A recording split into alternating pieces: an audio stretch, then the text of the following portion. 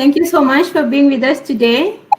This is the 10th edition of GWF webinars. It's a proud milestone for us. My name is Sarah. I work for Geospatial Media. Today, we will be discussing supply chain analytics, leveraging data for real-time insights. So supply chain and logistics have been one of the most disrupted industries because of COVID. So I think it will be exciting to know what kind of innovation that these companies are doing to counter the disruption. So with us, we have two speakers. Our first speaker is Mr. Kevin Onderbeke. He is the Senior Sales and Project Manager from Sustainable Supply Chain Solutions at Ahlers. Hi, Kevin. Hi, Sarah. Thank you for this opportunity.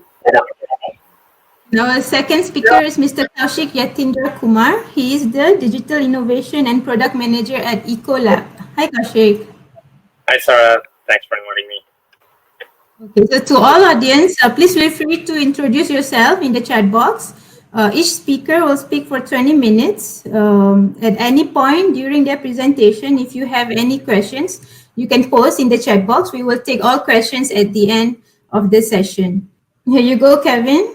You have 20 minutes. Yeah, thank you. Thank you very much. And also welcome from my side. Would have been in Amsterdam, but let's say this is the new normal. So a virtual webinar is the next best thing. And happy to talk to you about this topic, leveraging data for real-time insights. Actually, let's say for a small framework and painting a bit of the picture of Ahlers. Ahlers is a logistics service provider. We have been around for more than 100 years in the space of transportation, ocean freight, air freight, and warehousing. And let's say that from the point of view of our family-owned business, we are now at the reign of a fourth generation.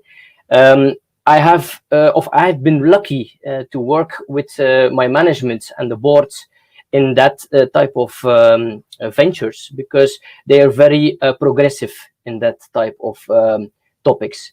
Let's say that the supply chain, transport companies, transport sector is a rather classical sector. We are not the first movers in terms of digital technologies. But as I said, we were lucky to talk to our boards about what the pains are for our customers, which are manufacturing companies in all sorts of sectors. And we are going from petrochemical companies to packaging companies to even feed additives, a very broad range of sectors. And all those sectors, they have, let's say, a package of sensitive details to cope with.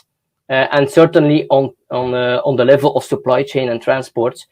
And what we saw and what we actually encountered is, if we talk to our customers, we are still the middleman to go from point A to point B and getting their goods at the right time, at the right place, but also at the right moment and at the right price. Let's say that if you want to go a little bit further and help your customers to support that, and to also increase the performance of the logistics network, you go rather very fast into the fact that we, as a middleman, are also the bearer of a lot of data. And we get a lot of data of our service providers, the carriers with the big ships with 20,000 TEUs, but also rail companies, also transport companies with a lot of fleets with trucks on the road. And on the other hand, we have the shipper, our customer, with a lot of nodes in the network. Nodes are defined as plants where they manufacture the goods, but also, let's say, warehouses and also cross docks, so that they have some safety stock close to their customer. And putting that all together, that means that we have a lot of data. We had to do something with that. And that is actually what I would like to talk to about with you and show you also, let's say, a business case. So in terms of the agenda or the intro of today, I would like to just talk you through this business case that I brought with me. And this is a business case where our customer is situated in Europe, in the sector of packaging. And to have that framework a little bit for you also in place, this company is or was just finalizing an acquisition of a competitor. And the biggest question that they had is, okay, we have this finalized. We know that there are synergies ready to take up, but how can I get these cost savings in? How can I start with that? What should I do to increase my performance and also to rationalize my supply chain network? So that is what I would like to show you. First of all, what we actually did at Ahlers is we acknowledged that there is a pain at our in our customer base, and that we have to also move fast. We have to move fast, but we have to also decide on what technology stack to use.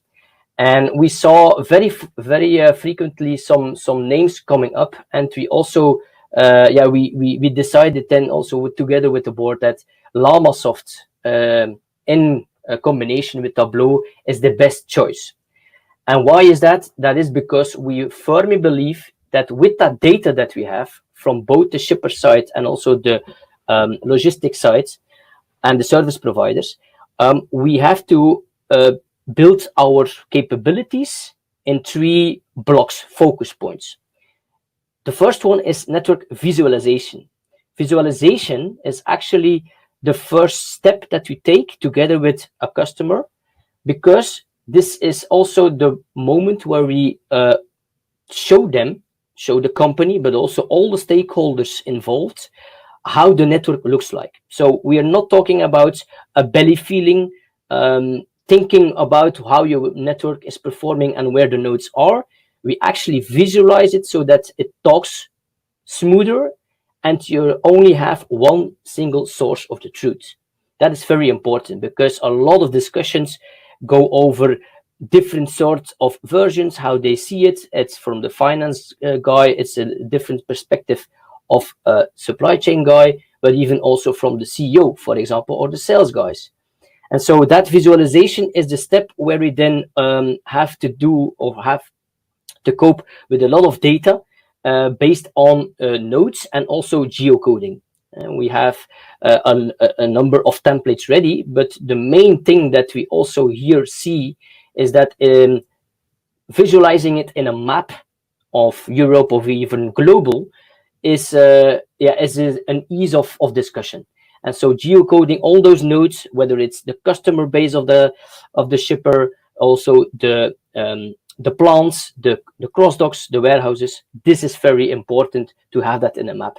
And then adjacent to that, you also have to link it with a lot of data in terms of prices and also key performance indicators.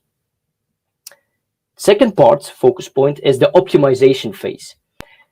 We see that going further into the discussion and into the project with the customer, it's not only the fact that we have to track and trace all the shipments, which is on an operational level very important, but we go a little bit higher in the ranking and we say, okay, on a tactical and even strategical level, how can we optimize that network?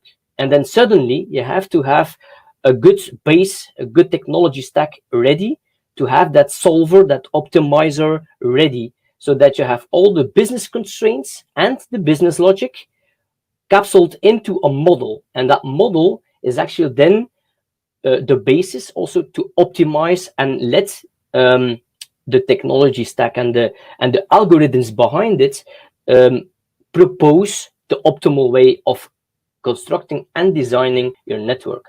And so going from the optimization phase, so you have an as-is situation and you go towards a to-be situation. Okay, what is the optimal way of conducting our logistics network? You also get the questions in, okay, but what if? And so then we go to the third focus points where you see that scenario simulation and event simulation is actually now the power where we are having a lot of cool projects about. Why? Because a lot of customers, they don't like to get the hindsight, the historical data in. They know for sure what it was like, but they want to know what it is going to be. And I'm not pretending that I can predict another disruption like COVID-19, not at all. But what I can do is, by having that model as accurate, at least 95% accurate of the real situation, and also with the fact that we can optimize and know where you can go to and where you can head to, the fact of the matter is that with the simulation tool, you can also see that you can have some stress tests into the model. So that means that if a certain sales guy says, okay, I have a big customer that I acquired, that has a big impact on the logistics side of it, on the performance, on the fulfillment to get those goods to the customer. And so to get the logistics manager and the supply chain director ready for that, you can simulate what will happen if a large customer will be acquired. So that has an impact, but also big disruptions, like for instance COVID-19, where we see a lot of questions on, okay, how should I source my raw materials? Should I also change it, instead of going from sourcing in China to maybe even a nearshoring or even a hybrid model? Yeah, the fact is that you have to simulate this. You have to know what the impact is, and you have to know for sure what the financial impact is.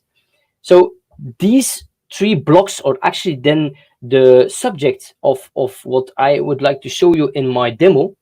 And this is also in the front end shown in a Tableau environment. And then in the back end, it's Llamasoft, where we have that optimizer and that simulation tool that is showing also what the impact is. So about the business case itself, as I said, it is a company in the packaging sector, and they had finalized an acquisition. And so they said, okay, let's rationalize the supply chain, what our manufacturing plants, the warehouses, and the distribution channels.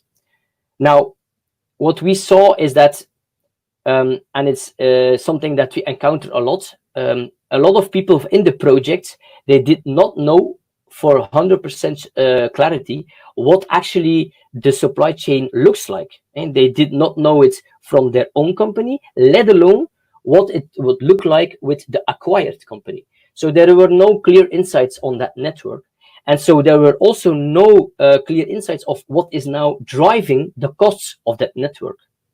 And so actually what happened is that at a certain moment, there were a lot of customers that were overlapping between the two companies, merged into one company, but still they were driving and delivering from several points, from several nodes in the network to one customer, which is of course not logic. And it's of course a suboptimal way of delivering and fulfilling.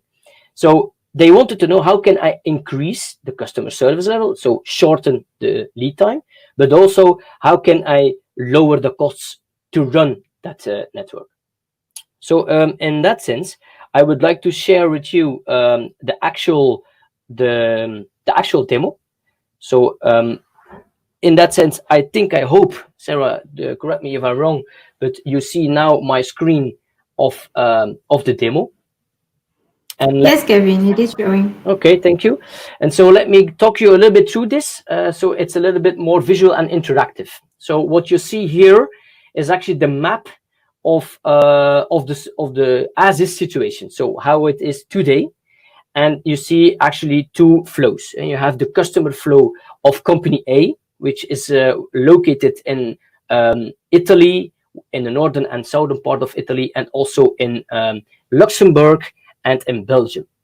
You have the second company, which is more or less a little bit the same, but they have only two nodes, let's say, where then they also distribute, again, one in Italy and one in Germany. So if you put that together, you see that there is a lot of, it's like a spider web, let's say. And then, the question is, okay, let's rationalize it. How can we lower the costs? Now, on your right-hand side, you see that we have that bar graph, and that bar graph that shows actually two signs. And you have the baseline, so that means that you have the situation as it is today. And then we also divided that bar chart in all the types of costs that has to do with logistics. So we do not want to limit ourselves to go to the outbound transportation costs, which is the larger part of it. But you also have the interfacility costs. So going from a plant to a warehouse, or from a warehouse to another warehouse, to have some safety stock in. The fact of the matter is also that you have some warehousing costs, and you have to handle those goods. You have to pick, you have to store it, and you have to get it ready. You have to reception the goods. So all that is also put into the inventory holding costs, and also a fixed operating cost. So actually, this is the bar graph that we are showing, which is a total of 25 million. And we already show you the scenario A, which is actually part of the simulation tool, where you can see that if you go to the simulation tool in terms of scenarios, this is actually the topic of discussion with the customer. So what we did is we talked to the customer and said, okay, what if we do a first scenario where we go from one of our several points where you deliver it with several trucks? Let's just rationalize it, and with one truck, one place, we deliver it to the customer, what he needs. And so also we have to select what nodes that you want to deliver from. But we gave it all a little bit of thought, and we say, okay, let's think out of the box. And let's say that we also want to check out whether the scenario of having more DCs in Europe, how that looks like. And so if I select that scenario, you can see that this already changes a lot. So you have some savings in, and the savings that you have from just getting those customers into one delivery profile, you already have, let's say, a saving of 1 million, well, close to 1 million euros. If you go then to 4 DCs, and you let the optimizer select what node that is then also added to the network, one in Valencia and one in Poland, that means that you also have a lot of savings on top of that. Now you could say, okay, this is nice to know, okay, but this is very high level. So how can I start with that? How can I really implement, let's say, that scenario? Yeah, first of all, you have to go to those nodes and talk to maybe even some logistic parties so that you have that warehouse in place. But on the other hand, you also have the fact that you can drill down. And so this is also a very powerful tool in terms of what is then the selection and the milestone that you have to obtain, so that you can see, okay, per customer, and this is a list of all customers, where there is also a division of all the costs that you incur to have that logistics fulfillment in.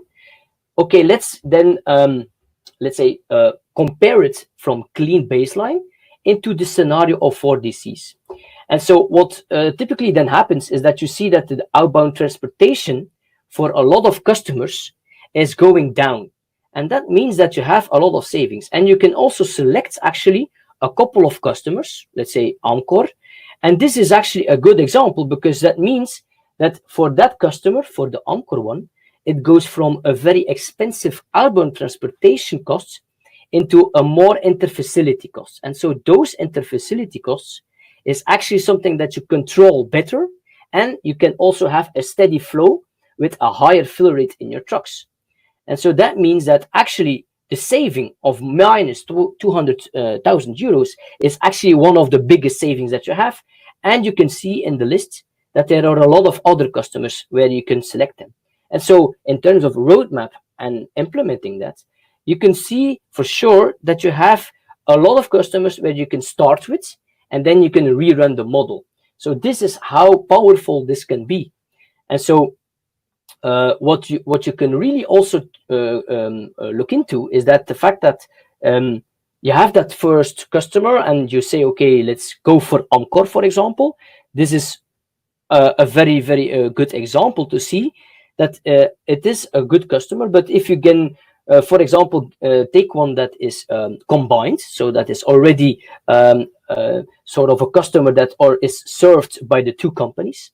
It is a very good example that if you go into detail for that specific customer, that the model itself shows the order profile throughout the year. And this is not only on historical data, this is also possible to do on forecasting data. So you see that this is a very good example of two companies delivering to one customer. And in the baseline, so the as-is situation, you see that there are 6 nodes where we deliver them to that one customer. I don't have to explain to the audience that if you optimize this and we select a better node, actually the new node that was selected by the model is very much cost saving in that sense. So it's not only the transportation node, you also know where to select and where to have that extra node into your network. And so also in that sense, you have that customer profile of ordering where you can also overlap, put that together, and then also increase the fill rate of your truck. And with that, you can also decrease the CO2 emissions that you have in your total network. So it is not only a discussion of cost saving, it's also a discussion of how can I increase my revenues, maybe by getting a little bit closer to a certain region where a lot of customers or potential customers are, and also the CO2 emissions. You can lower them by putting a lot more goods into one shipment and then deliver it with a last mile to the exact customer. So for my side, I'd really love to show you this, and this is actually the way that we love also to talk about our capabilities, but also our business cases, because this is actually the core of where supply chain and logistics is going to. We have the track and trace in, we have the nodes, we have the data. So if we do something with that data and in a very sensible manner, so that you have an optimization and also a simulation too, then suddenly it's a very powerful mean, so that it is not only one project, but it is in a recurring monitoring sense that you can optimize your strategy whenever something happens, whether it is a COVID-19 disruption or even a very small event where you say, okay, let's adapt because there is a new customer coming, for example. So from my side, Sarah, that is a little bit the demo. And so to wrap up and go back to the presentation, what I actually just shown you is that from the challenge that we had, the solution is very apparent. And so you have your as-is baseline that visualizes the network. You go to an optimization phase where you have the to-be network. You analyze the impact of those cost drivers, and also you get a roadmap in so that the customer is also able to go to those milestones and go step by step, customer by customer, or even product by product into an optimal phase, an optimal network. And so the benefits are very clear. It is reducing the costs for sure, but it's doing that in a secure environment. And so you don't have the risk of trying something, putting out maybe a certain node into your network, and then having to decide that is not the right one. And so those extra costs and incurring those costs, you can have that environment where you see the impact in a digital way, and then take that, put it into practice, and see that the cost savings are real and getting in. So it's also the same for the improved customer service level. And so we also see that this is getting also a little bit the change management within the company stimulated. And because this means that a lot of people within their silo, whether it's sales or finance or even supply chain, they are really involved because all their actions have an impact on their colleagues of other departments. And getting that visualization in, but also that optimization in, it's a very cool way to see that you're talking together and you're working together with the colleagues of other departments. So that is a little bit from my side how we see where data is coming in, where you can leverage that data where you can have that real-time forecasting into, say, a model to really help your decision support tool, your board's management, your company in total, to even improve your performance and your customer service level. Thank you so much, Kevin. Such a nice presentation and demo. Thank you. We'll see you again at the panel. Yeah. Now I will start Kaushik's presentation. Kaushik, you ready? Yes, I am. Can you hear me? Okay. Yes. You have 20 minutes. Go ahead.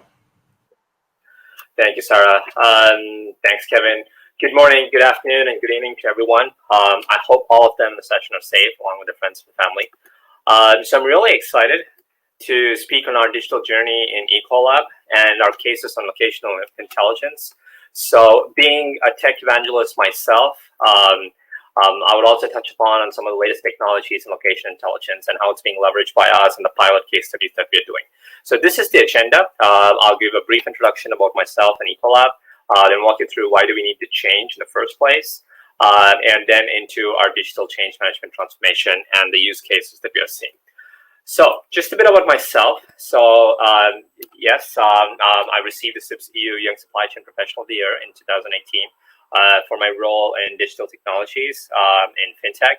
I am a tech enthusiast, having done my graduation in computer science, and I worked previously with Bureau, HSBC, and now ECOLAB. So with ECOLAB, we are headquartered in the US, and with Switzerland being our Europe headquarters. So we are over 17 billion in revenue in 2020, closing in. And what matters to us is clean water, safe food, and abundant energy. So we are a company that's primarily focused in terms of providing environmental solutions and in terms of providing the sustainability for the world itself. So you would see that in the slide. So we are focused, these are our 3 product portfolios. So all our product solutions are based towards how we can improve the water cleanliness, how we can improve the food safety, and how we can ensure healthy environments. So this is just a quick wrap up in terms of what we do in terms of our environment. So why do we need to change? We are a chemical company. But we do understand we have a lot of touch points with our customers, whether it's our hotel business, whether it's our restaurant business, whether it's our food safety business. So we do a lot for McDonald's and a lot of other customers, and we have a lot of location devices that we collect data from. So there has been a heavy investment in our company and in terms of our customers, in terms of their expectations. So what previously we used to build as solutions, now our customers see how we can leverage these solutions and see how we can kind of advise them. So our digital transformation has taken a big peak in terms of just doing the change management setup itself. So you would see that in the last few years, we have collected over 2.8 million wired customer site data from our customers. And these customers include hotels, include restaurants, includes our food safety businesses, includes our industrial customers. So we have point of contact location devices that have been placed in them, and we are collecting constantly data in terms of their water use, in terms of their food use, in terms of their other environmental sustainability factors. So some metrics that we have are in terms of our monthly measurements, which are our monthly metrics. So this is our global digital lab. As a result of which we have close to now 1,800 digital tech professionals that we've kind of invested because of our changing customer needs. So we still have a lot of field experts, close to 27,000 field experts, to go and again place these point-in-place locations in terms of each of our customers so that we can keep collecting data and we can see how we can advise them based on their data solutions. In terms of our technology roadmap, we use Microsoft a lot as part of our service provider. We co-partner with other partners as well. We don't create any proprietary technology to a large extent, but we do use a lot of open source technologies to drive our AI, location intelligence, and machine learning cases. So diving quickly into the case study itself. Now, just before we start off, so we know that there's a lot of technology that we implement, but we focus a lot on the process. And the reason being is that a lot of our customers includes a lot of touch points within our supply chain. So we go from purchase requisition all the way in terms of signing the contract and then making sure that the orders come in. We do the corresponding planning. So it includes tying up a lot of different systems. And considering that it's a global company, so we have variances within North America, within Europe, within Asia Pacific. So our systems are different. We have cultural dissimilarities in terms of how, say, a system in Germany would work versus how in France would work. So a heavy focus in terms of our locational intelligence data gathering is to make sure that are we standardizing a process across our data gathering, so that then we can bring in terms of our technology input, in terms of our chemical expertise, and in terms of our data enablement to kind of improve the process and the insights that we can generate. So process is something that we focus a lot. Now, in terms of the problem itself, so water safety is a very important topic within not just ECOLAB, but with the world itself in terms of sustainability. We consume a lot of water, whether in-house or in terms of restaurants or in terms of hotels. A lot of the back work that goes on is to ensure that the water is safe to drink. And we have now the location point of contacts, devices like the 3D Trusar within ECOLAB that we go and implement within these customer sites. And we gather a lot of data from that. And one such thing that we saw was in terms of water safety, in which we saw a lot of Legionella cases coming up. And this impacts our supply chain tremendously because it influences our customers. So which means that the chemicals we generate within our supply chain network does not have an influence in terms of the final output which the customers provide to their customers. So we saw a 4x growth in the reported cases over the past 18 years. And this influences the water contamination significantly. So the average cost per outbreak results in close to almost 2.6 million in terms of dollar size. And it has an influence on the brand and operations as well. So this is a problem that's worth solving for. So we had connections within the customers in terms of our internal supply chains. How can we mitigate? How can we plan currently? How can we make sure that we make the forecast? How from procurement side we can ensure that the raw materials provided are in correct order, and using the location devices within our customer sites, for example, within McDonald's or with the KFC, is to ensure that we can test the water that's coming out and that the safety points are currently checked so that the end users are not contaminated. So this is how we collect the data. So we have the devices in place. There is water quality, Legionella growth data, and analytical results are collected from multiple sources. So these sources include point of touch points that through our field experts that we collect. It also includes directly data feeding into our global digital center. Now, once we're done with that, we have a customer portal.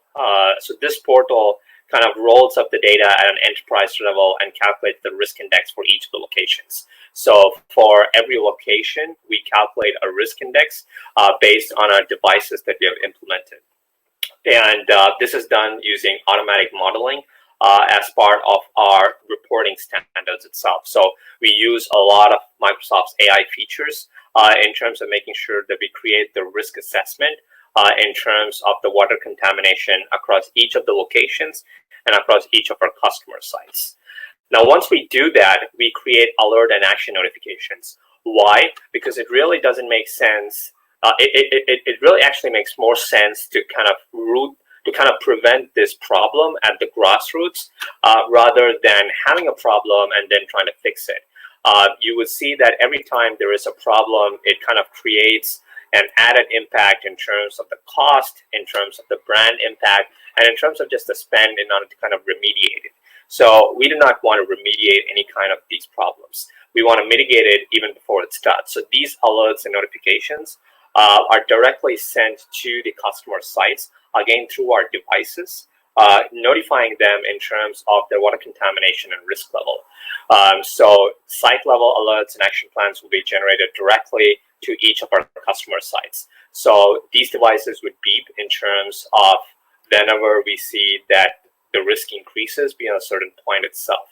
And we've kept certain metrics that is according to the government standards. So this is as part of our final phase where we're complying and performing as per each of the state standards. So it took a heavy investment in terms of getting these devices to our plants to gather all the locational data based on that. Because like I mentioned, being a global company, there are sites across the entire globe. So we have custom built compliance and systems measures created for North America, for the Europe, for the Middle East, and the Asia. And all of this is then kind of coordinated and triangulated into our global digital center, where we then finally create the customer portal and then create the alerts and action notifications for each of the systems. So what has this done? So we have been able to reduce Legionella test positives. We're not concerned about the false negatives, but we're more concerned about the positives that are there. So we have seen a 44% reduction as part of our test positives because of our coordinated supply chain effort, making sure that now the chemicals are distributed accordingly. And whenever there is an issue in terms of the plant treatment as part of our customer sites, we have the data now rolling back to us and then providing them the notification so that they can take the corresponding step. There's also now a 50% reduction in the incident response time itself. We are more focused to improve this percentage. We wanted to increase as much close to 90% because that would mean that we kind of eliminate any incidents that come because of water contamination or any chemicals that's reaching our manufacturing sites. This would ensure that there is no risk mitigation, but more of risk prevention, which is much more efficient than trying to mitigate a risk in the first place itself. So these are some of the actions that we have taken as part of our water safety. It's something that we see of real importance as part of our program. It's according to the government's and compliance standards as per each of the countries itself. So I just have a small couple of minutes video in terms of what's being taken as why the problem is so important and how we've been able to kind of mitigate it. Sorry, if you could please just play the video.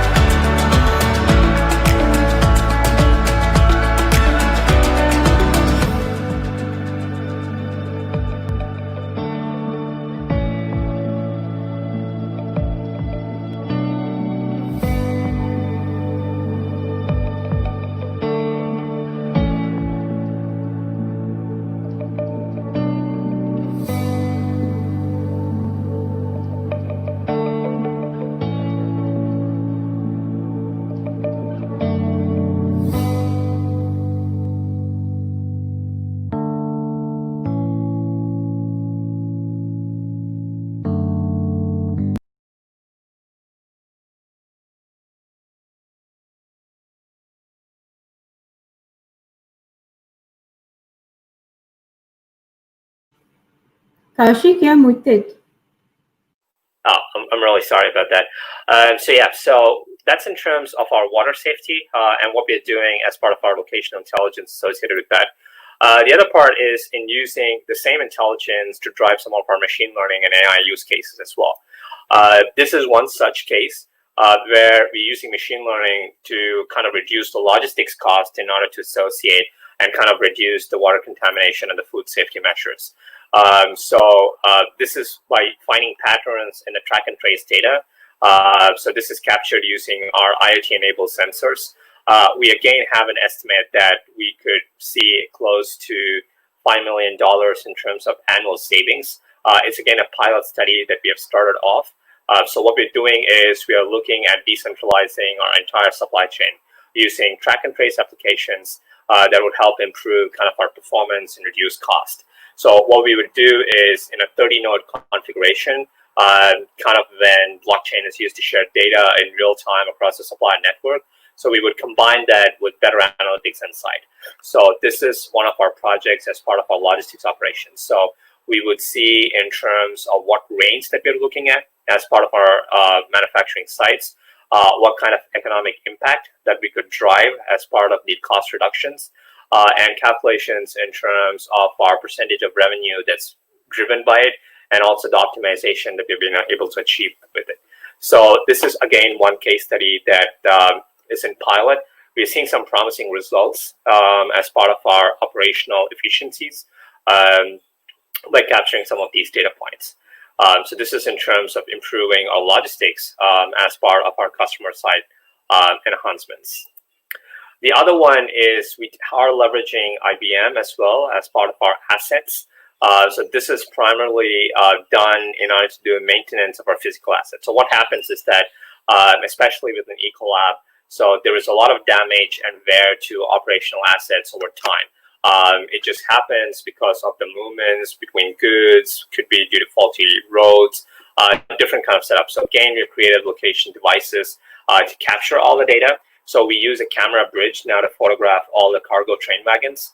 And then we use IBM Watson to then kind of successfully identify the damage, kind of classify the damage type, and determine the appropriate corrective action to repair these results. So what we're doing here is primarily first the cameras are installed along train tracks to gather images of the train wagons as they drive by. So this could be in terms of either our internal vehicles, internal shipment goods that we use.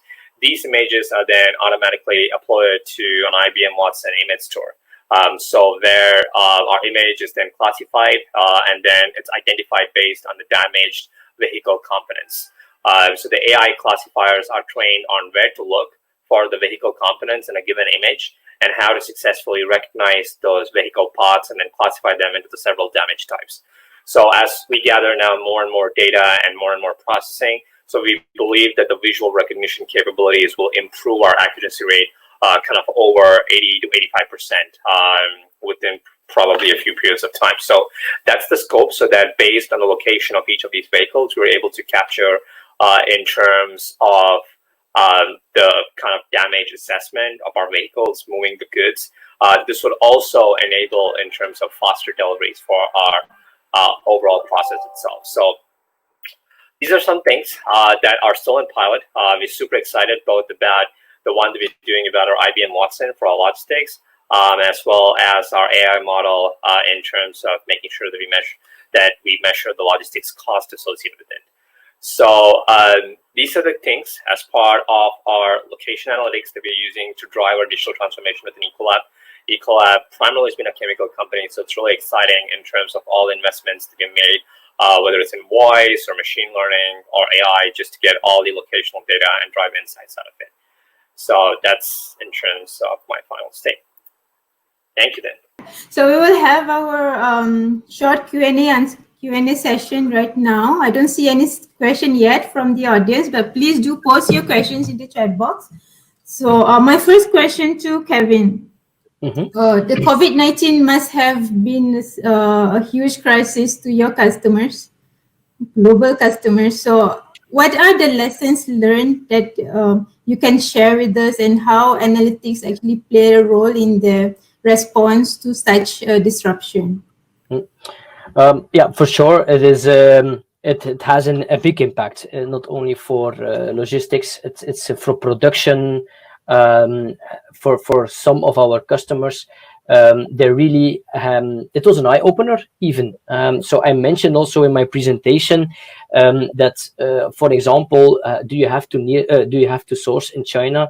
Can we just not look into the possibility of nearshoring or even a hybrid model? Well.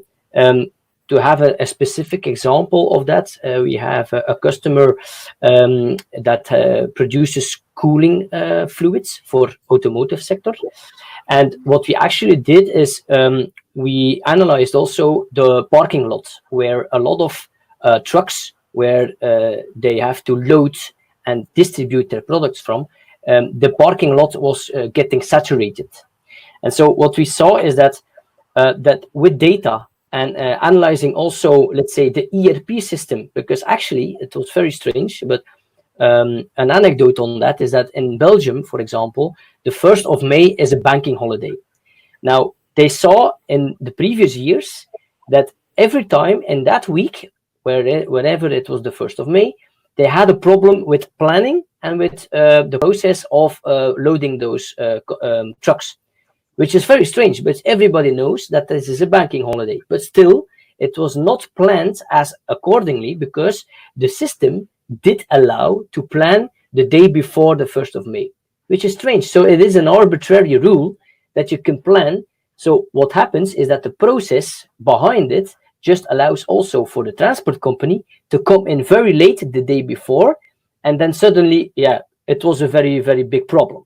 So what we did is that we took also forecasting data and we said, okay, let's perform also some machine learning on a very big chunk of data on historical data, and then also look into the fact of border waiting times. So we actually incorporated a lot of data from a site, it's called Pre-Wave, where everything is consolidated in terms of border waiting times, but also events, disasters, natural disasters, but also strikes, problems with production at certain sites in certain big conglomerates. This is also something that we use on a real-time planning to see, okay, if there is a problem with a border waiting time, and we know that the transport company has to cross that, we have to plan a little bit more in hindsight. We have to plan a little bit more hours to load them, but also to cross the border. So we have to move the planning a little bit. So getting that algorithm in and knowing that you can adjust at the last moment is really key to this. And with the COVID-19, what is the result? Well, that the border waiting times are rising again. And so this is something that you really have to adapt to. And if you do not know that, again, you will be in trouble. You know you will be in trouble, but you cannot anticipate. And this is something that we're really trying to help with our customers. Right. So it's more of a forecasting capability. Yeah, of course. Yeah. And what about you, Kaushik? How COVID has impacted your business? Well, it's changed a lot. Being a chemical company, so we're used to, like I said, food, water safety. So we have chemicals associated with this. But we had to pivot completely and move towards producing hand sanitizers, disinfectants, sprays. So our entire product portfolio changed from our regular chemicals that we provide for industries to chemicals that now our customers were asking specifically for our hand sanitizers, sprays, and disinfectants. So now we then had to gather new data to kind of help us understand as to which of our customers needed, which of our customers needed at high priority, which locations needed at high priority. So that was the kind of change in terms of our product portfolio itself. So our manufacturing kind of changed from our standardized chemical skills that was needed to something that was needed specifically for the COVID. So we saw a big boom in demand for chemicals, which we had never kind of either produced in-house or we kind of never obtained from the industry and kind of manufacturers. So the R&D was kind of working around the clock. Manufacturing was making sure that we ensure that we get the raw materials for these chemicals. And then we kind of had to deploy it in our customer sites. Once we deployed, we had to use their location intelligence to gather the data to see when would they need a replenishment, which of the other locations would kind of need at what time. So it was painstaking because some of the departments had to work extra hours just to kind of fill the need that was there in the market because of the COVID situation. Right. That's interesting that you change your products as that's really interesting. So for example, I know it's a little bit technical, but Manode's GP and Skinman Soft are kind of the most needed chemicals to manufacture sprays and disinfectants. We never purchased that before in the quantities that we had to. But during the month from March to August, the demand kind of increased by 2,000%. Just to get those chemicals and then deploy them at the correct sites and locations, then gather the intelligence from the sites, either through field experts or through our location devices, and then trying to refill them again and again and again. We have one question for Kevin. As an end user of Tableau, which type of location allocation algorithms, integration and geocoding of suppliers' customers' data, cleaning and pre-processing that you have control over? I'm sorry, it's very technical for me. I hope you understand the question. In terms of visualizing, so Tableau is a mere tool to visualize. So actually it is embedded in combination with Llamasoft. So whatever comes out of Llamasoft is actually a data set that is linked then to Tableau so that you can put it in a map or in bar graphs. But in terms of geocoding and also, let's say, combining those networks, we use an algorithm that is inherent in Llamasoft. There is some heuristics that we use, but also linear programming. But we also use a specific algorithm that is called BBART. And BBART is co-developed together with the KU Leuven, the university at Leuven, where we saw that with BBART, it is an algorithm that combines and looks for specific co-loading and collaboration opportunities. So that on a high level, we know that putting those two networks, as I showed in the demo, if you put those two together with the BBART algorithm, he selects from that the most important one, but also let's say the combination with the most percentage of success. And so then we concentrate on those specific opportunities. So in terms of geocoding, we just use actually the Llamasoft tool itself. So we put the A and the B, so from and the to, destination and origin, let's say. We put that into our, let's say, our data set, and then we run it through the Llamasoft one. But in terms of collaboration and selecting the right DC locations and gravity analysis, that is something that where we, in collaboration with the University of Leuven, use the BBART method together with some heuristics that are embedded in Llamasoft. So let's say Tableau is not is not our carrier, or let's say the main tool that we use for really the gravity analysis. It's mere on the Llamasoft part that we use that. If that is an answer to the question. And I have to admit, my technical background is not that reaching that far, so that I can go into detail into that. Yeah, he said he understood you perfectly. So it's also interesting to know that you're working with together with university for this. And Kaushik, you mentioned you have your own R&D team as well. So is there any new technology that we will see more of in the development in this supply chain sector? Yes, so we're making a lot of updates to the 3D Trusar. So the 3D Trusar is like ECOLAB's proprietary model in terms of capturing a lot of this information. But again, because of this COVID situation, so the product portfolio has changed. So which means that we would need to tweak some of these devices in order to capture different types of data sets that we previously used to capture, like initially. So we now, or the recent case was bringing McDonald's back to operations post the lockdown. So which meant that that all the safety measures needed to be implemented, which meant we had to have kind of like an updated device just to capture if all those new safety updates post lockdown is being done correctly or not. And so this was not previously done because McDonald's always existed. So there was no question about closing down and then opening back up. And but each government has given a specific set of conditions in terms of how to open up based on their state condition of the current COVID situation in their locality. And so kind of customizing it for each of our customers, even say a company like McDonald's is now seeing that across every locality they open, they have to conform to the, say in the US, the CDC guidelines as defined in each state itself. So there are some tweaks being made for some of those features so that we can ensure that our customers are opening up their companies safely.